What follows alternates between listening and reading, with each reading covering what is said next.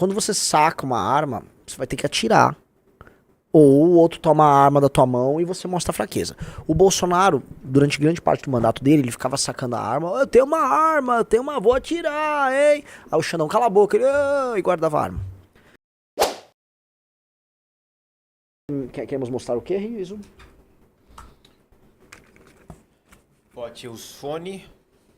Sobre o pedido da ação do Márcio Falcão, sobre o pedido da PGR para investigar Eduardo Bolsonaro. A Procuradoria-Geral da República pede ao Supremo para investigar Eduardo Bolsonaro e nesse pedido que a gente acaba de ter acesso, o Márcio Falcão acaba de mandar, a PGR pontua que Eduardo Bolsonaro está se dedicando a conseguir do governo dos Estados Unidos a imposição de sanções contra ministros do Supremo Tribunal Federal, pelo que Eduardo Bolsonaro considera ser uma perseguição política contra si e também em relação ao seu pai, o ex-presidente Jair Bolsonaro. Apontado, lembrando, em denúncia da própria PGR como líder da organização criminosa da tentativa do golpe. E aí a PGR segue dizendo que essas manifestações, essa teoria do Eduardo Bolsonaro, elas vêm se intensificando à medida que a ação penal da tentativa do golpe também avança. Lembrando que a gente está na segunda semana de depoimentos de testemunhas dos réus dessa ação penal. E aqui nesse documento, que tem 13 páginas e acaba de chegar, tem um destaque importante aqui pra gente, em que o PGR, porque quem assina esse pedido é o PGR, o Procurador-Geral da República, Paulo Gonet. Ele fala o seguinte, que essas publicações se dão, sobretudo, com o avanço, né, dessa ação penal e também reverberam em outros canais de mídia, também em entrevistas a veículos de imprensa.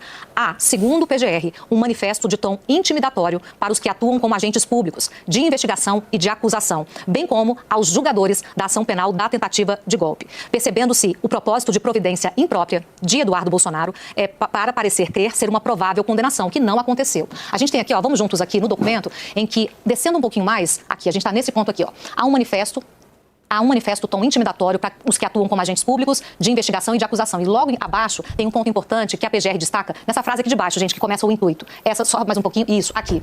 Aqui a PGR fala qual é o objetivo, alegado pela própria PGR, de Eduardo Bolsonaro. O intuito de embaraçar o andamento do julgamento técnico se soma ao de perturbar os trabalhos técnicos que se desenvolvem no inquérito 4781, pela intimidação de autoridades da Polícia Federal e do ministro relator, que é o ministro Alexandre de Moraes. Nesse inquérito apuram-se ataques ao TSE, ao STF, por meio virtual, com notícias falsas e ameaças. Subindo mais um pouco aqui, a gente tem mais detalhes dessa argumentação da PGR para pedir ao Supremo que Eduardo Bolsonaro seja investigado. E aí ele diz: em tudo também se nota a motivação retaliatória, que se acena como advertência para as autoridades da Polícia Federal, a gente vai descendo aqui, da Procuradoria-Geral da República e do Supremo Tribunal Federal, de que não apenas elas próprias, mas também os seus familiares estão sob ameaça. E aí ele explica essa ameaça, Paulo Gonet diz: a ameaça consiste na perspectiva de inflição de medidas punitivas pelo governo norte-americano, que o senhor Eduardo Bolsonaro, apresentando-se como, junto a ele, particularmente influente, diz haver conseguido motivar, concatenar, desenvolver e aprovar em diversas instâncias. As punições estariam prontas para serem incrementadas e implementadas, gradual ou imediatamente, contra autoridades que investigam a ele próprio, ao seu pai e a correligionários. Essas autoridades integram a PF, a PGR e o Supremo Tribunal Federal. E aí ele continua falando sobre isso, gente, eu vou para um outro ponto aqui, em que ele diz o seguinte, que as evidências conduzem à ilação de que a busca por sanções internacionais a membros do Poder Judiciário visa a interferir sobre o andamento regular dos procedimentos de ordem criminal. Traduzindo, a PGR diz o seguinte, que esse discurso que Eduardo Bolsonaro faz junto ao governo dos Estados Unidos, não o governo, mas parlamentares americanos, é uma forma de atentar e intimidar autoridades e que isso está diretamente ligado ao fato do andamento da ação penal da tentativa de golpe.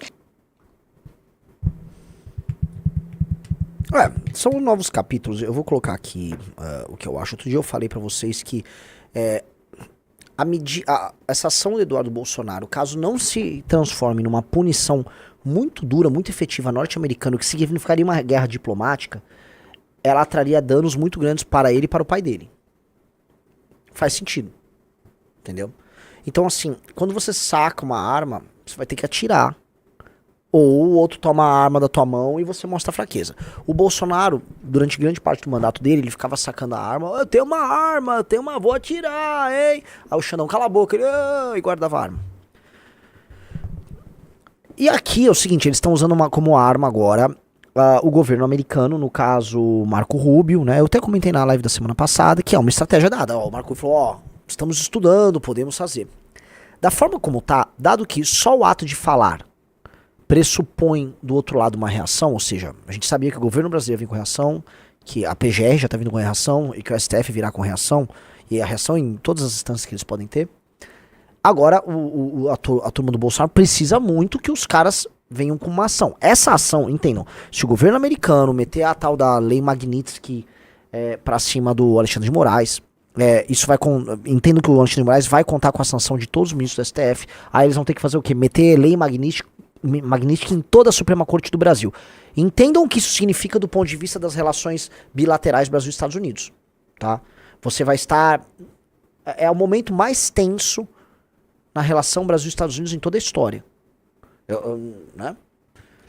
E aí como é que vai ser? Eles vão ficar retaliando? Onde termina isso? Onde isso termina?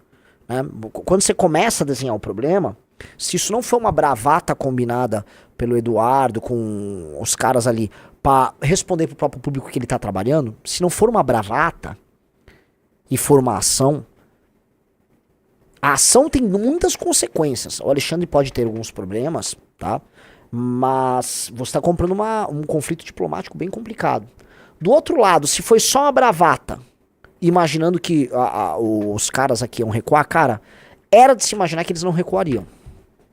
E assim, eu não consigo duvidar, Rafael Almeida Rizzo, que isso seja apenas mais uma estratégia bosta da família Bolsonaro. Como todas as estratégias bostas do enfrentamento que eles fazem com o Xandão há muito tempo. Eu não sei. Pode ser, porque eu olho, né?